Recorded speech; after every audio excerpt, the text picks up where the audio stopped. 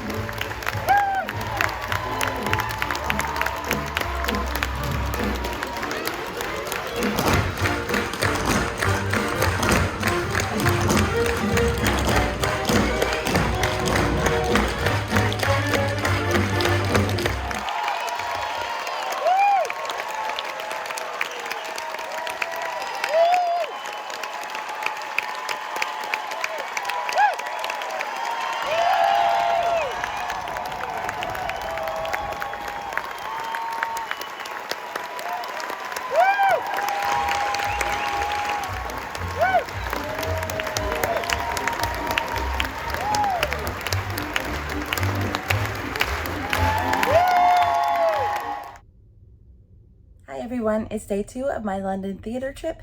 I saw The Tempest at Shakespeare's Globe and Anything Goes at the Barbican.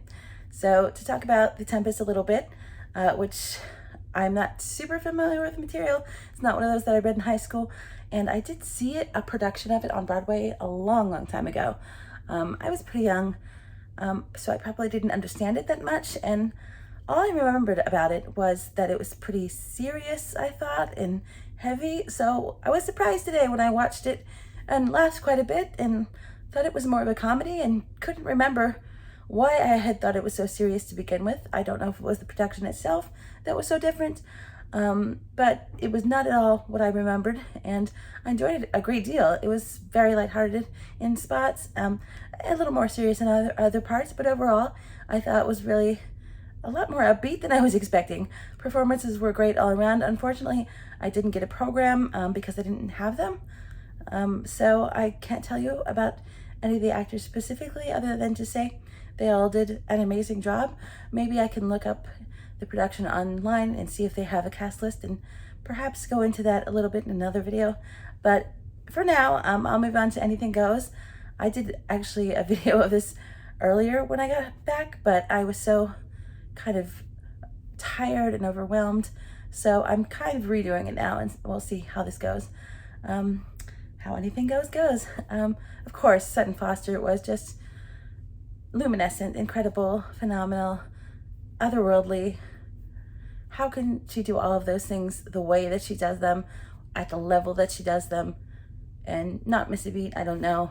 I guess that's why she's a Broadway star and Tony winner. I expected, of course, that she'd be great. I probably wasn't prepared for how incredible her performance was as Renee Sweeney. I should have, because I knew that she won the Tony for this in New York. But that said, it was even more than I ever expected or could have imagined. So it was such a delight. I said a delight. Do I use that word very much? No, but I used it today because she was such a delight. So apparently I'm a 60-year-old woman now, and I use the word delight. Good times. The other cast, Robert Lindsay, I don't know that I'd seen him in anything. I don't know if he did theater in New York, but he certainly commanded the stage when he took it. He had such a presence that you knew that character was important the moment he appeared in kind of an entertaining way.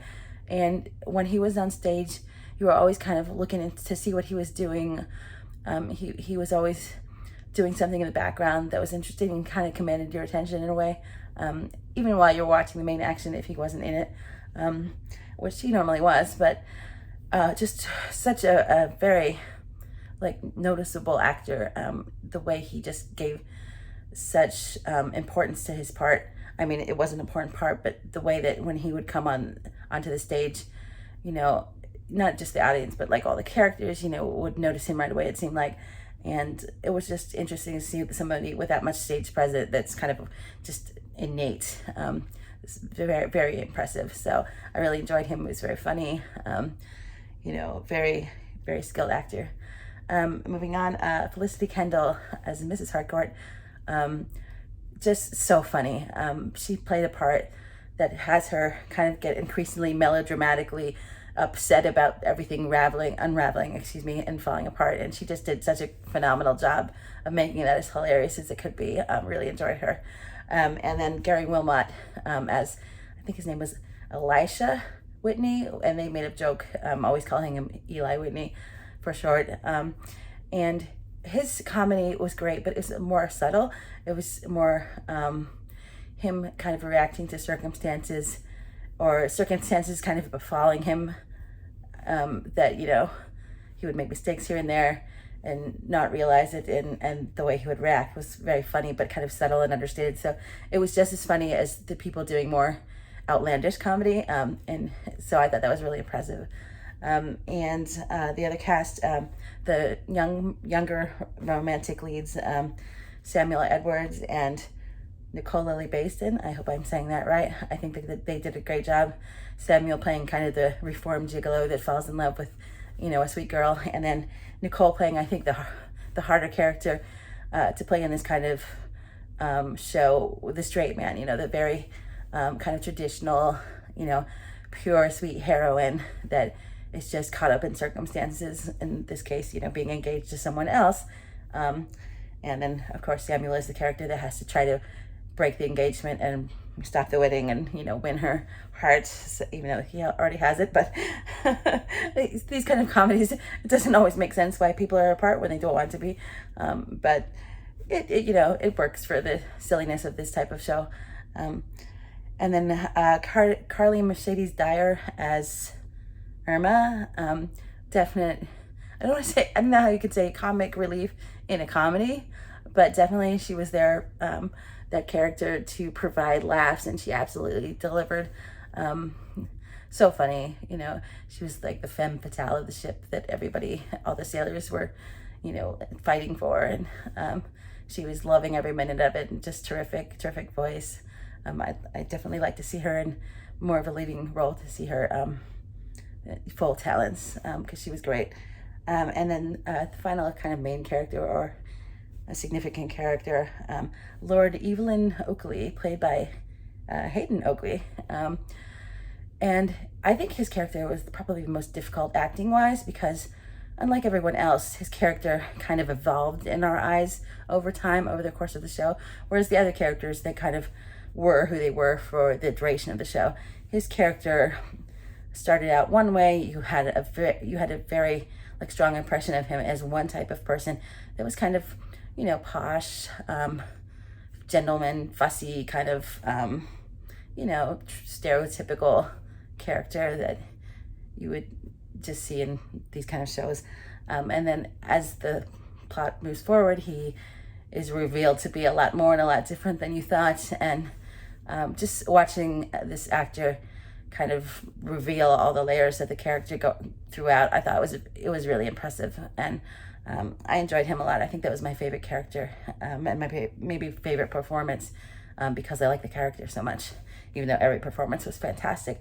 So I'm not super into old-timey musicals. The plot, is just kind of the silly hijinks of mistaken identities, trying to win back your love, the kind of traditional, old-timey musical comedy plots that you would see. So not super deep, but it's not there to be deep. It's there to entertain you, and it absolutely delivers. So if you get a chance to see Anything Goes at the Barbican, go for it, because you will have an incredible time. There's no way that you can watch this and not be wildly entertained. So hopefully that was a little more coherent than my Heather's review. If not, at least it was shorter. Goodbye.